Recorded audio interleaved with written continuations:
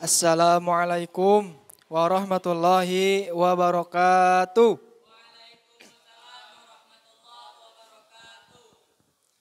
Alhamdulillahirabbil alamin wa bihi nasta'inu ala umuri dunya waddin. Wassalatu wassalamu ala asrafil anbiya'i wal mursalin. Allahumma shalli ala sayyidina Muhammad wa ala ali sayyidina Muhammad. Amma ba'du. Puji syukur marilah kita panjatkan kehadirat Allah Subhanahu wa taala yang telah memberikan kita nikmat iman, nikmat Islam yang karena kudrat iradat Allah Subhanahu wa taala kita bisa berkumpul kembali di malam acara khitbah ini. Yang mudah-mudahan berkumpulnya kita semua di sini dapat dijadikan sebagai nilai ibadah di sisi Allah. Amin ya Allah ya Rabbal Alamin. Sholawat beserta salamnya semoga selalu tercurah limpahkan kepada junjungan kita, yakni Habibana wa Nabiyana Kangjeng Nabi Muhammad Sallallahu Alaihi Wasallam. Kepada keluarganya, kepada sahabatnya, kepada tabi'in, atba'ut tabi'in, dan juga tak lupa kepada kita semua yang senantiasa turut terhadap ajarannya, yang mudah-mudahan kita semua ini digolongkan umat Rasulullah nanti di yaumil akhir. Amin ya Allah. Amin. Yang saya hormati Kepala DKM Masjid Agung Al-Ittihad Kota Tangerang, Kiai Haji Ahmad Ghazali Mansur, dan juga yang saya hormati Kepala Pimpinan Pondok Pesantren Al-Ittihad Kota Tangerang ini, Kiai Muhammad Zainal Alim, SPDI.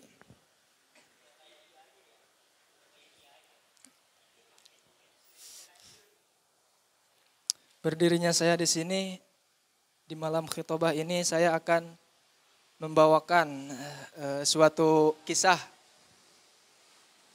di mana kisah ini bercerita tentang penjual roti dan juga Imam Ahmad bin Hambal. Mungkin teman-teman semua ini sudah ada yang tahu kisah ini gitu. Saya sedikit mengulang lah.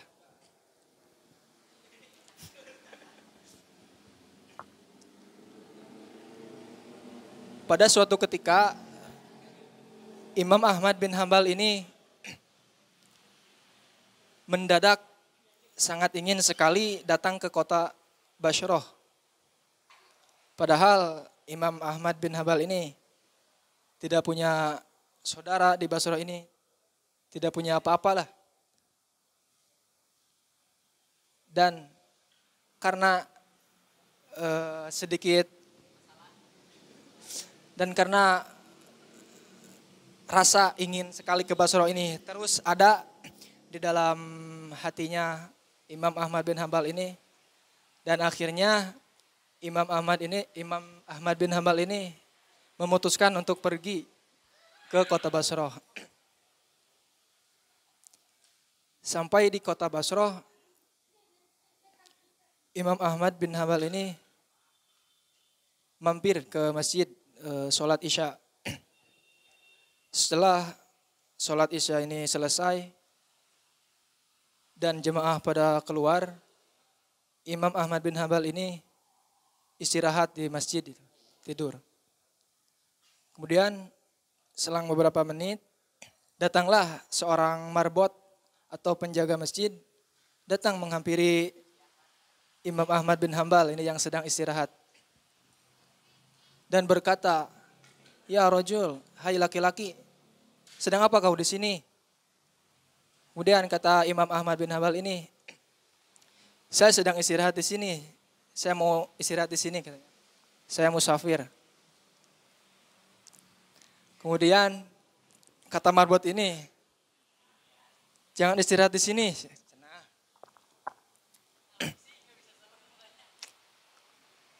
Jangan istirahat di sini. Di sini bukan tempatnya istirahat." Kemudian Imam Ahmad bin Hambal ini keluar keluar masjid dan istirahat di teras masjid di luar. Setelah marbot masjid ini beres-beres masjid dan mengunci pintu masjid ini dan melihat Imam Ahmad bin Hambal ini masih ada di masjid di luar di teras. Kemudian menghampiri lagi dan berkata, ya, kenapa kau masih di sini? Kata marbot itu. Kemudian Imam Ahmad bin Hambal ini menjawab, saya sedang istirahat di sini, saya musafir. Karena marbot ini merasa agak sedikit kesal gitu. Diusirlah Imam Ahmad bin Hambal ini sampai ke jalanan keluar halaman masjid. Marbot masjid ini tidak mengetahui yang diusirnya itu adalah seorang ulama besar itu. Dan Imam Ahmad bin Hambal ini tidak memperkenalkannya. Di sisi masjid ini tepat ada rumah seorang penjual roti gitu. Dan penjual roti ini melihat ketika Imam Ahmad bin Hambal ini diusir oleh marbot masjid. Kemudian dipanggillah Imam Ahmad bin Hambal ini oleh seorang penjual roti dan mengajaknya menginap di rumahnya. Kemudian Imam Ahmad bin Hambal ini mau dan menginap di rumahnya penjual roti ini. Kemudian Imam Ahmad bin Hambal ini masuk ke rumahnya, duduklah di belakang sambil melihat penjual roti ini sedang membuat adonan roti. Pada saat membuat adonan roti ini, si penjual roti ini seringkali ketika sedang melakukan pekerjaannya itu selalu dibarengi ku baca istighfar. Jadi ketika mau buat roti, mau buat adonan itu sambil dibaca istighfar, mau duduk istighfar. Kemudian ditanya oleh Imam Ahmad bin Hambal ini, sudah berapa lama kamu melakukan hal seperti ini? Kemudian penjual roti ini menjawab, sudah lama sekali gitu. Saya, kata penjual roti ini, sudah berjualan roti selama 30 tahun. Dan selama itulah saya melakukan hal seperti ini, yaitu maksudnya sambil membaca istighfar. Kemudian Imam Ahmad bin Hambal ini bertanya kembali, apa hasil dari perbuatanmu ini? Kata penjual roti, hajat yang saya minta kepada Allah, apapun yang saya minta kepada Allah itu tidak dikabulkan oleh Allah.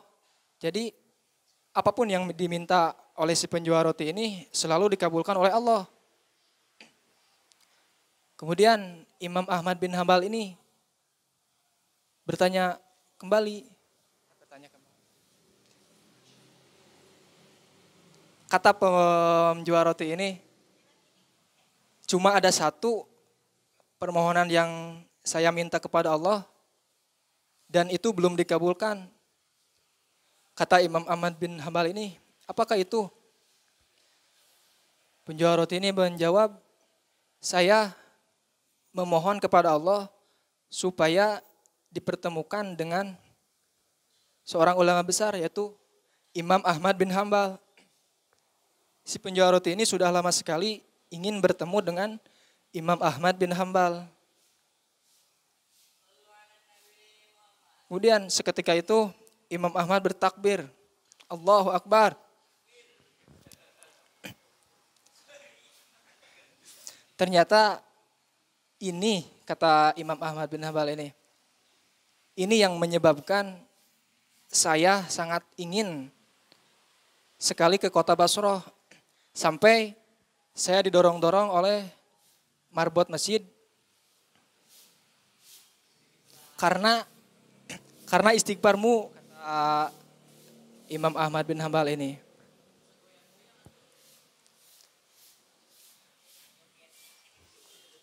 Kemudian kata penjual roti ini terkejut. Ternyata laki-laki itu adalah Imam Ahmad bin Hambal. Penjual roti ini merasa bahagia karena bisa bertemu dengan ulama besar yang dia inginkan selama ini.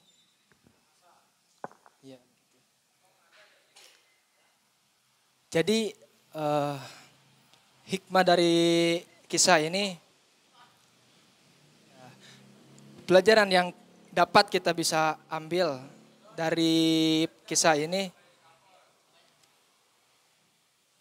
salah satunya itu ketika kita istiqomah mendawamkan istighfar, itu dapat dikabulkannya doa yang kita minta gitu.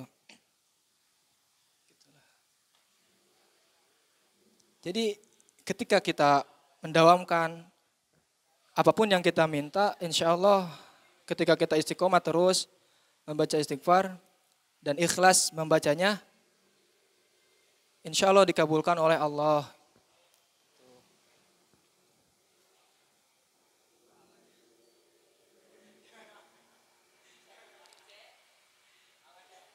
Makanya Mas Faisal isi mau nikah dan belum mendapatkan jodoh, Mas Faisal ini sering berpikir itu, kenapa saya belum dapat jodoh gitu. Maka coba dawamkan istighfar gitu. Barangkali suatu hari nanti ada seseorang datang ke kiai dan meminta dijodohkannya oleh Mas Faisal ini. Cuma kuncinya adalah istiqomah.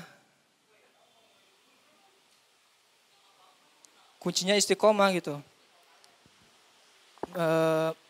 Terus-terusan lah. Dan ikhlas membacanya. Mungkin itu saja. Udahlah. Ya mungkin itu saja yang bisa saya sampaikan. Mudah-mudahan ada manfaatnya. Wabillahi taufiq wal hidayah. Wassalamualaikum warahmatullahi wabarakatuh.